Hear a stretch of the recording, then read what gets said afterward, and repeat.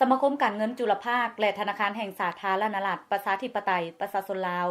ได้ร่วมมือกันจะตั้งการฝึกอบรมหลักสูตรบริหารการเงินจุลภาคในลาวหุ่นที่5โดยมีพนักงานการเงินจุลภาคทั้งภาครัฐและภาคเอกชนในทั่วประเทศเข้าร่วมเกือบ30คนภายหลังใช้เวลาทั้งหมด20วัน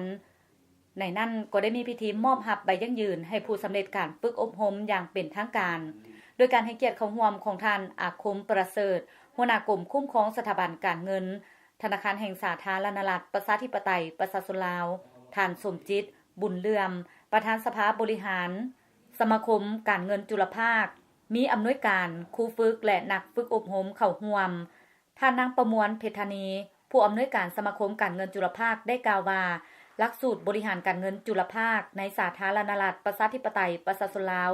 ออกแบบเฉพาะใช้เวลาทั้งหมด20วันโดยเป็นหลักสูตรที่เป็นเอกลักษณ์ซึ่งจะเฮ็ดให้ความสามารถของบรรดาผู้จัดการในสถาบันการเงินจุลภาคสหกรณ์สินเชื่อ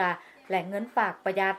ได้รับการอนุญาตแล้วเข้มแข็งขึ้นซึ่งจะส่งผลให้สถาบันและแขนงการเงินในสาธารณรัฐประชาธิปไตยประชาชนลาวมีความยืนยง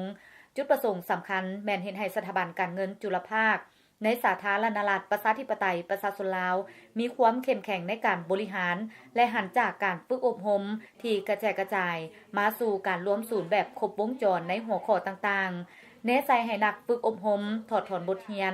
ในหุ่นผ่านมาเพื่อพัฒนาสถาบันการเงินของตนให้ดีขึ้น